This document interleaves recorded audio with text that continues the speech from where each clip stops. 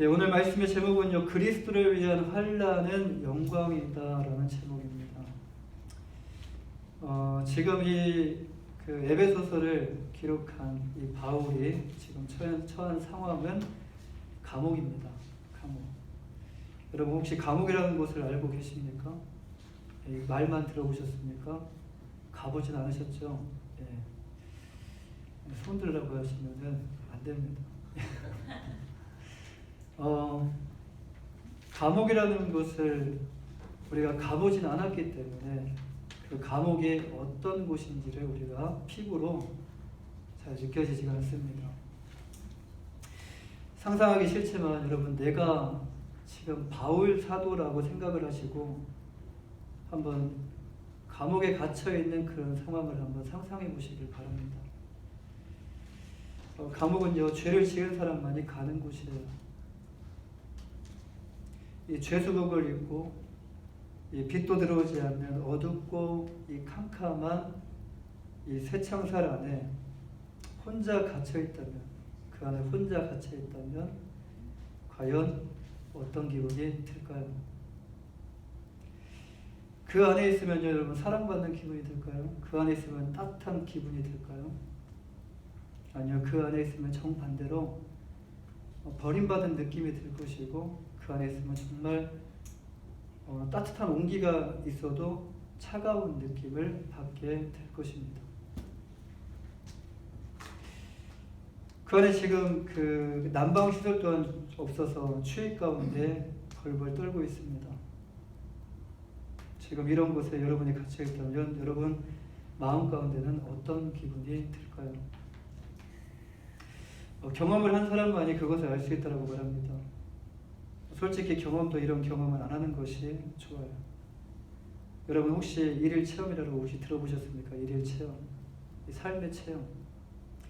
이 하루 동안 어떤 일에 참여하여서 몸소 그것을 경험하는 일을 의미하는데요. 이렇게 그 삶의 체험을 하게 되면, 일일 동안이지만 이렇게 삶의 체험을 하게 되면 그때 그 경험을 통해서 생각이 바뀌고 자신의 삶이 엉망이었던 그런 또 삶이 조금 달라진다라고 말을 합니다. 지금 이 바울 사도가 처한 이 극한 이 환경을 생각하시면서 오늘 바울 사도가 그 에베소 교회에 보낸 편지의 내용의 일부를 함께 나누기를 원합니다. 이 아니 된 굴뚝에 연기 날까라는 말이 있죠. 세상 가운데서도 칭찬을 받아요. 그리고 인정을 받아요. 명성을 얻습니다. 이 착한 일을 행하며 살았던 한 사람이 지은 죄도 없는데 어느 날 감옥에 갔다라는 이런 소식이 만약 뉴스에서 전해진다면 그를 이제 어떤 시선으로 바라보게 될까요? 처음에는요, 그럴 사람이 아니라고 말합니다. 처음에는 그럴 사람이 아니라고 말을 해요. 그런데 시간이 지나면요, 그를 자신도 모르게 의심하게 돼요. 뭔가 죄가 있겠지. 뭔가 있어서 그럴 거야. 처음에는 확신을 하지만 점점 시간이 지나면서 의심을 하게 돼요. 이제는 그를 서서히 그 선한 사람의 정말 명성이 있었던, 칭찬을 받았던, 인정받았던 그런 사람의 눈으로 바라보는 것이 아니라 이제는 그 사람을요, 서서히 죄인의 눈초리로 보게 됩니다. 숨기는 뭔가가 있을 거야 라는 말을 하게 돼요.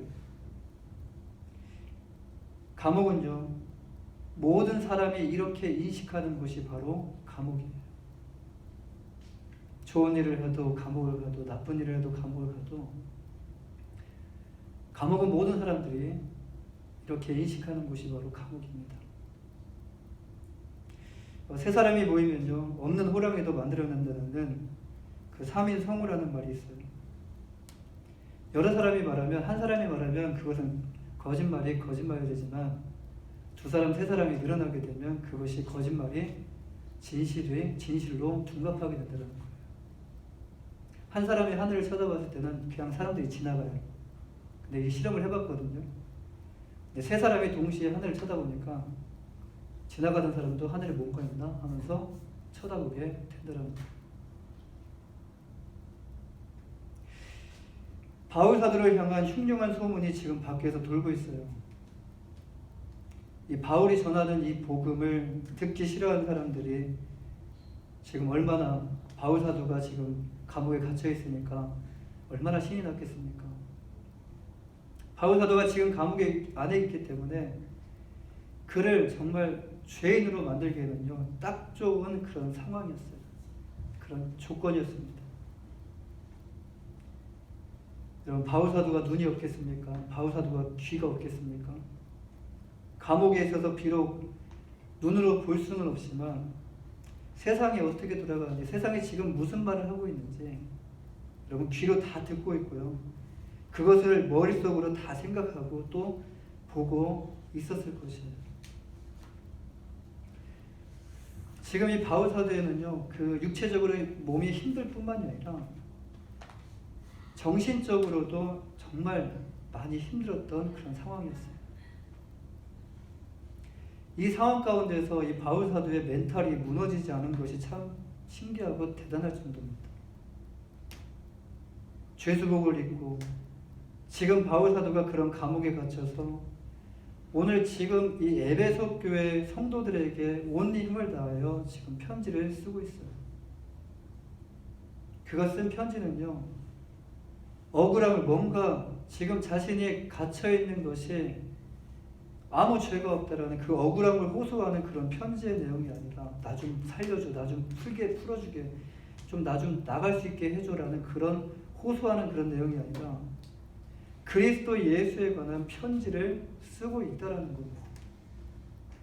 에베소서 1장부터 6장까지 모든 내용이 자기 자신을 호소하는 내용이 아니라 그리스도에 관한 내용이라는 거예요. 그가 이렇게 했던 이유가 무엇이죠? 그가 이렇게 복음을 정말 목숨 걸고 생명 걸고 이 복음을 전했던 이유가 무엇이죠? 지금 자신의 안위를 걱정해야 하는 상황이었지만 그는 자신보다 솔직히 교회가 더 걱정되었기 때문이에요. 교회가 이런 소문으로 휩쓸리게 되면 어떻게 되죠? 교회 안에 여러 가지 많은 일들이 일어나게 된다는 거예요. 교회가 문 닫는 것은 한순간입니다. 지금 바울 사도가 걱정하고 있는 것은 바로 그 걱정이에요. 이로 인해서 에베소 교회가 흔들리면 어떡하나? 이로 인해서 교회가 믿음이 약해져서 분열되어 무너지면 어떻게 하나? 자신의 걱정이 아니라 교회를 향한 걱정이 마음 가운데 가득했다라는 것입니다. 교회를 자신의 몸보다도 더 사랑한 바울 사도의 마음이 여러분 느껴지십니까? 이런 상황 가운데 있는 이 바울 사도가 오늘 또 교회를 향해서 이렇게 편지를 시작을 해요. 본문 7절과 8절 말씀을 보면요, 우리 함께 읽어볼까요? 본문 7절과 8절 말씀입니다. 시작. 이 복음을 위하여 그의 능력이 역사하시는 대로 내게 주신 하나님의 은혜의 선물을 따라 내가 일꾼이 되었노라. 모든 성도 중에 지극히 작은 자보다 더 작은 나에게 이 은혜를 주신 것은 측량할 수 없는 그리스도의 풍성함을 이방인에게 전하게 하시고. 바울 사도는 하나님께서 자신에게 주신 사명이 무엇이고 지금 자기가 달려가야 될 그 길이 무엇인지, 또 자신의 하나님께서 누구를 위하여 부르셨는지, 누구에게 이 복음 증거하는 것이 사명인데 누구를 위하여 이 복음을 전해야 되는지, 그 누구를 위하여 부르셨는지 섬기는 사역의 범위에 대해서 잠깐 간략하게 밝히고 있어요. 자신에 대해서 이 복음을 위하여 나 바울은 하나님의 일꾼이 되었다라고 고백을 합니다. 하나님의 일꾼이 되었다. 구원받은 거에서 끝나는 것이 아니라 하나님의 일꾼으로 나를 하나님께서 부르셨다는 거예요. 하나님께 부르심을 받은 사명자가 되었다는 것인데요. 그런데 이것은 나 자신의 노력이 아니라 나 자신의 힘과 뭔가 지혜와 지식으로 얻는 것이 아니라 전적인 하나님의 은혜의 선물이었다라고 고백을 해요. 내가 지금 하나님의 일꾼 된 것은 전적인 하나님의 은혜의 선물이었다. 바울 사도가 어떤 사람이었습니까? 여러분 바울 사도를 기억하십니까? 바울이 되기 전에 사울이었죠. 이 사울은요, 학문은 가장 뛰어난 학문을 가진 사람이었어요. 근데 학문적으로 가장 뛰어난 학문을 가졌을지 모르지만 그는 그리스도를 주로 믿는 자들을 끝까지 쫓아가서 잡아서 감옥에 가두거나 죽이려고 했던 사람이었어요. 악랄한 사람이었습니다. 그리스도와는 전혀 상관이 없는 사람이었어요. 그는 알아요. 자기가 누구였는지를. 자기는 그리스도하고 전혀 상관이 없었던 사람이었음을 다른 사람은 몰라도 그는 알아요. 그가 그렇게 해왔기 때문에 그렇습니다. 그런 그를 주님께서 죽이실 수도 있었지만 그렇게 하지 않으시고 그를 만나주셔서 하루아침에 달라지게 해주셨다는 거예요. 얼마나 감사합니까? 바울이 경험한 하나님 얼마나 감사할까요? 살아계신 하나님이 하늘에서부터 빛이 내려와서 나에게 말씀을 해주셔요.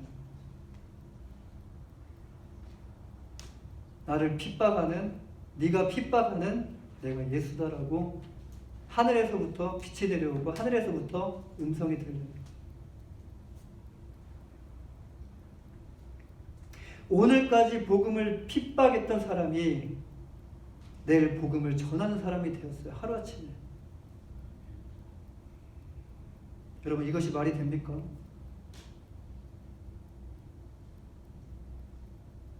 여러분 이것이 가능하다고 생각하십니까? 만약 어떤 범죄자가, 여러분이 잘 알고 있었던 범죄자가 어제 예수를 믿고 오늘 교회에 와서 예배를 드리고 있어요. 어떤 시선으로 우리가 바라볼까요? 그 어떤 사람도 그의 변화된 삶에 대해서 믿지 않았을 것이에요. 그래서 그는 다소로 숨었습니다. 조용히 있었어요. 아무도 인정해주지 않으니까. 그러나 누가 데리고 왔어요? 바나바가 그를 데리고 왔어요. 그리고 그를 교회에 소개시키고 그를 교회에 인사시켰어요. 그런데 그는 변했습니다. 다른 사람이 인정하지 않아도 그는 변했어요. 그런데 그가 변한 것이 아니라 그를 하나님께서 복음을 전하는 자로 변하게 하셨다라는 말씀이에요. 그에게 이것은요, 전적인 하나님의 은혜의 선물이었기 때문에 여러분 지금 이렇게 고백하고 있는 것입니다. 내가 지금 나의 나 된 것은 다 하나님의 은혜다. 바울 사도가 이 선물을 받기 전에는 몰랐어요. 이 선물이 얼마나 큰지, 이 선물이 얼마나 귀한지, 선물 포장지를 뜯어보지 않는 이상 우리는 그 선물이 얼마나 크고 값지고 귀한지를 모르잖아요. 그래서 이 선물을 받은 바울 사도는요, 빌립보서 3장에서 이렇게 고백을 해요. 빌립보서 3장 8절에 보시면 또한 모든 것을 해로 여김은 내 주 그리스도 예수를 아는 지식이 가장 고상하기 때문이라. 내가 그를 위하여 모든 것을 잃어버리고 배설물로 여김은 그리스도를 믿고 그 안에서 발견되려 함이니. 바울 사도는 하나님의 은혜의 선물인 그리스도가 세상의 그 어떤 것과는 절대로 비교할 수 없는, 바꿀 수 없는 귀하고 값진 선물임을 깨닫고, 그리고 난 후에 자신이 지금까지 소중하게 생각했던 그 모든 지식을 배설물로, 한순간에 배설물로 여겼다라는 말씀이에요. 그에게 있어서 이 복음은요, 어쩌다가 듣고 믿었던 복음이 아닙니다. 지나가다 들었던 복음이 아니에요. 편한 삶 가운데 그냥 누군가가 전해줘서 들었던 그런 복음이 아닙니다. 사도행전 20장 24절 말씀에서 바울 사도는 밀레도에서 에베소로 사람을 보내 에베소 교회 장로들을 청해서 오게 하여 함께 만나 그 에베소 교회 장로들에게 이렇게 고백을 합니다. 내가 달려갈 길과 주 예수께 받은 사명, 하나님의 은혜의 복음을 증언하는 일을 마치려 하면은 나의 생명조차 조금 더 귀한 것으로 여기지 아니하노라. 그는 지금 이 복음을 자신의 생명을 걸고 전하고 있다는 것입니다. 정말 예수에 미쳤죠. 복음을 위하여 바울 사도가 어떤 수고를 했죠. 바울 사도는 고린도후서 11장에서 이렇게 자기가 경험한, 복음을 전하다가 경험한 일들에 대해서 간략하게 자신에 대한 이야기를 해주는데요. 유대인에게 40의 감한 배를 5번이나 맞았고요. 3번 태장을 받았고 돌로 맞고 강의 위험, 그리고 강도의 위험, 동족의 위험, 이방인의 위험, 거짓 형제 중의 위험, 또 이 복음 전함으로 인해서 잠도 제대로 자지 못하고 줄이고 목마르고 굶고 추위 가운데 이 복음을 전했다라고 고백을 합니다. 자, 그렇다면 바울 사도는요, 왜 이런 고난과 환난을 당하면서까지 이 복음을 사수하고 이 복음을 전했던 것일까요? 도대체 복음이 무엇이기에, 그에게 있어서 이 복음이 무엇이기에 바울 사도는 자신의 그 생명을 걸면서까지 전했던 것일까요? 바울 사도는 그리스도 안에 숨겨진 풍성함의 비밀을 깨달았기 때문입니다. 바울 사도는 가진 것이 많았기 때문에, 여러분, 가진 것이 많았습니다. 그래서 가진 것이 많았기 때문에 예수를 믿으면서도 얼마든지 복음을 전하면서 얼마든지 편하게 살아갈 수 있었어요. 그런데 그가 자신이 누릴 수 있는 모든 것을 포기하고 고난과 환난이 기다리는 이 길을 선택한 것은요, 복음이 그 어떤 것보다 돌을 맞아 죽을 뻔했는데 동족의 위험을 느끼고 이방인의 위험을 느꼈는데도 복음이 그 어떤 것보다 귀한 것을 깨달았기 때문에 바울 사도는 이 고난과 환난을 당하면서 복음을 전할 수 있었던 것입니다. 바울 사도는 오늘 본문 8절 말씀에서요, 하나님께서 자신에게 깨닫게 해주신 그리스도 안에 숨겨진 그 풍성함의 비밀을 이방인에게 전하게 하셨다라고 고백을 해요. 그리고 그 다음 이어지는 9절 말씀을 보면요, 우리 9절 말씀을 함께 볼까요? 9절 말씀 시작. 영원부터 만물을 창조하신 하나님 속에 감추어졌던 비밀의 경륜이 어떠한 것을 드러내게 하려 하십니다. 이 말씀은요, 곧 하나님 안에 감춰져 있던 하나님의 사역에 대한, 하나님의 일들에 대한 모든 것을 그리스도를 통하여 밝히셨다라는 것을 의미합니다. 그리스도 안에 있는 풍성한 비밀은 그 안에 무엇이 있느냐? 하나님의 비밀, 숨겨졌던, 지금까지 밝혀지지 않았던 그 비밀이 하나님 안에, 그리스도 안에 이 비밀이 있다라는 것이에요. 로마서 11장 36절 말씀을 보면요, 이는 만물이 주에게서 나오고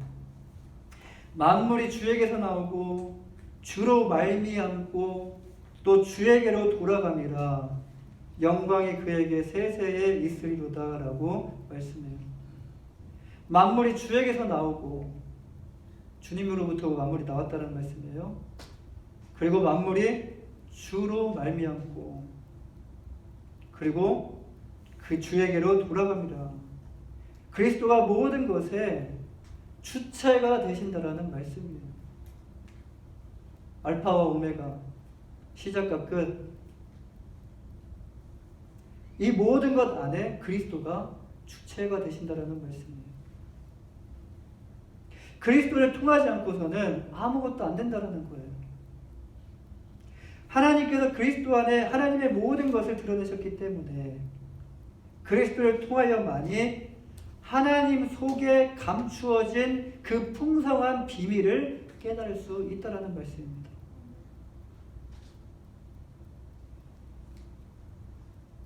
그리스도를 통하여만이 하나님을 알 수 있다라는 거예요. 이 말씀은 곧 지금 너희 에베소 교회 성도들이 듣고 받은 이 그리스도의 복음이 얼마만큼의 가치가 있는지를 깨닫고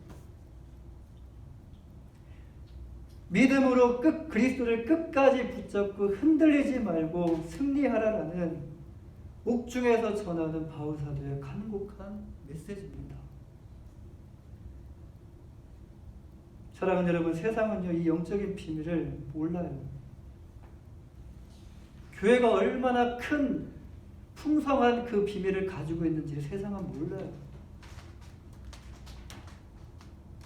하나님은 교회 안에 모든 것을 다 계시하셨어요. 나타내셨어요. 세상은 이 영적인 비밀을 모르기 때문에 교회가 세워지고 교회가 무너지고 하는 것에 대해서 별로 그렇게 크게 생각하지 않습니다. 교회를 세상의 건물 하나 더 세워진 것이라고 생각을 해요. 건물 옆에 교회라는 건물이 하나 더 세워진 거라고 생각을 한다는 거예요.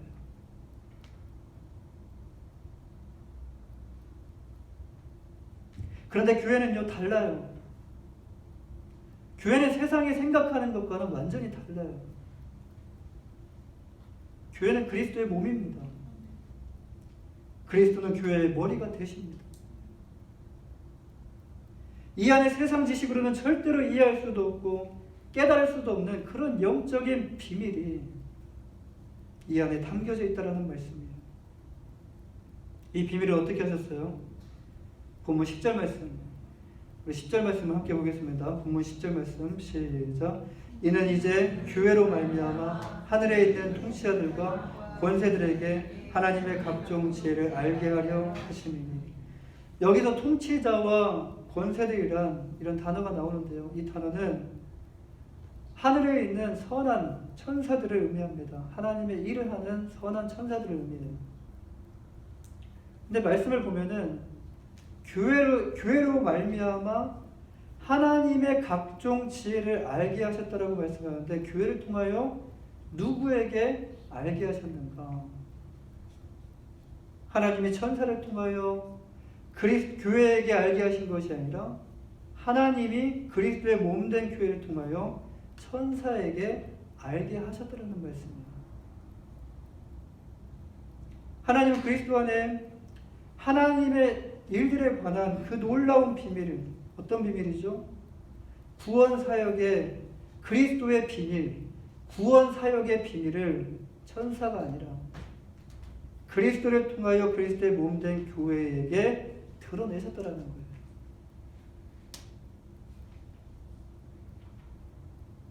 참 감사하지 않으십니까? 교회된 나에게 하나님이 천사도 아니고 우리가 천사에게 알게 할 수 있는 그런 자격을 교회 안에 주셨다는 거예요.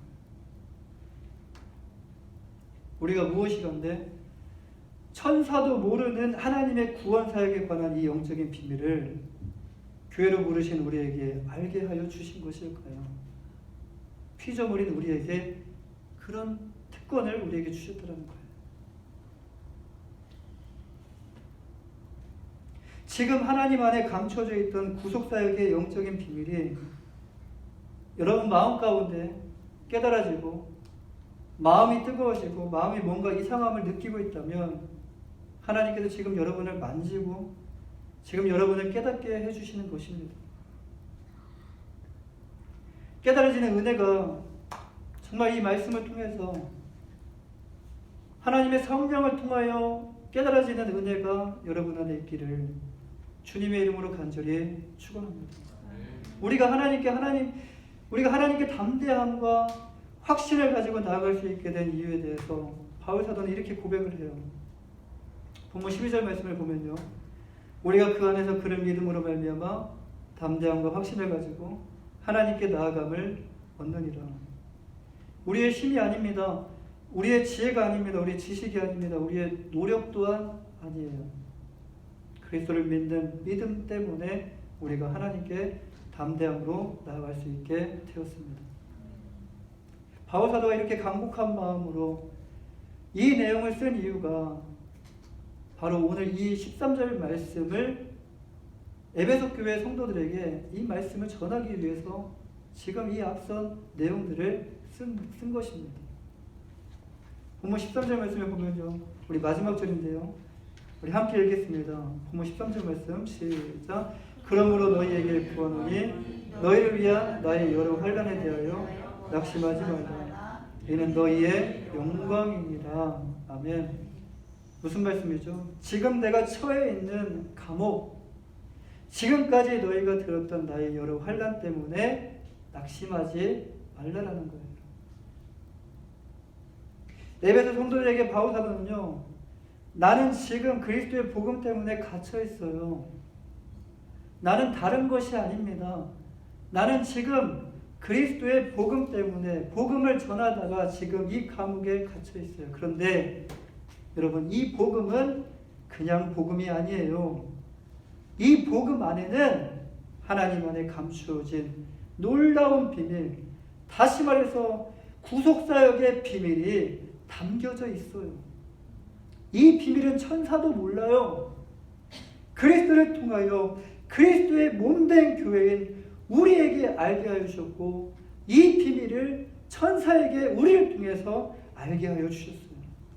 우리는 지금 이 엄청난 사명을 갖고 있어요.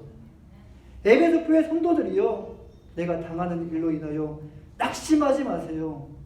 지금 이 환난은 영광입니다. 라고 편지를 쓰는 겁니다.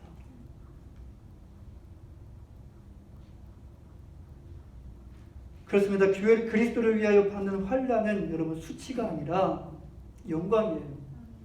그리스도를 위하여 받는 환난은 불명예가 아니라 영광입니다.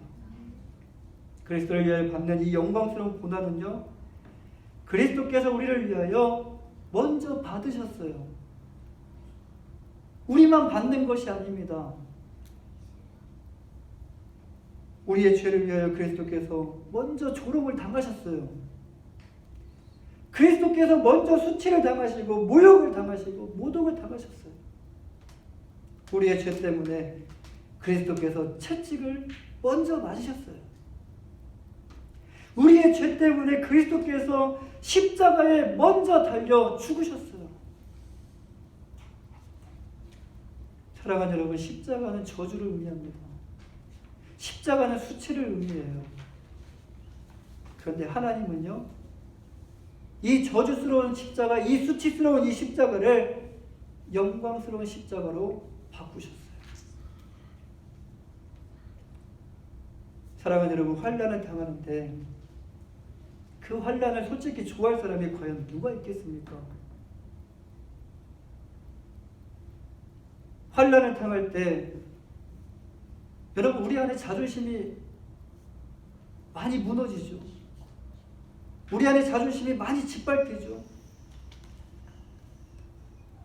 그리고 그것 때문에 굉장한 수치를 느낍니다.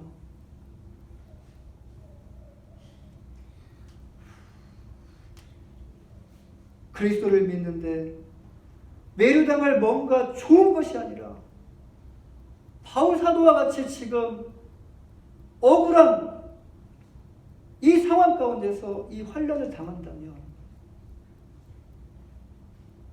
사랑하는 여러분, 누가 과연 이 믿음을 지키며 끝까지 이 길을 걸어가겠습니까?